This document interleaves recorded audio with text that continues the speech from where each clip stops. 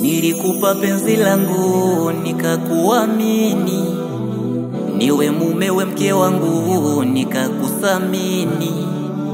Kumbe nyuma una mwezangu nikenda kazini, unanibloku namba yangu kwa dakika 10.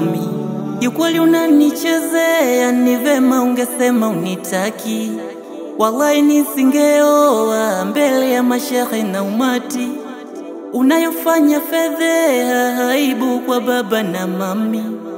Japo waliniambia ufai nikuweke ndani, mapenzi yatanitoa roho, kuna muda na hema.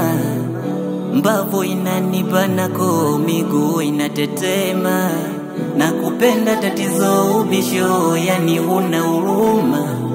Mke mwema anemheshimu mume, Mtume alisema. Inshallah, inshallah, inshallah nitampata mwema. Inshallah, inshallah, inshallah atanipenda sana. Usitake ni kufuru kwa Mola jamani, japo ndoa ni fungu lenye mitihani.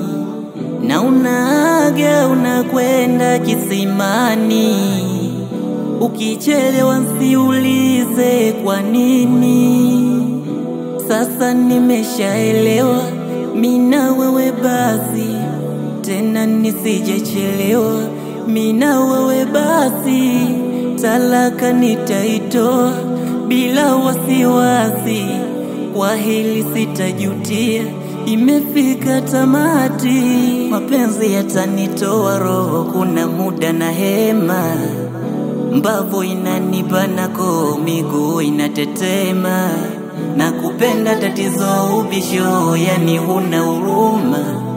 Mke mwema anemheshimu mume, Mtume alisema. Inshallah, inshallah, inshallah, inshallah, inshallah nitampata mwema.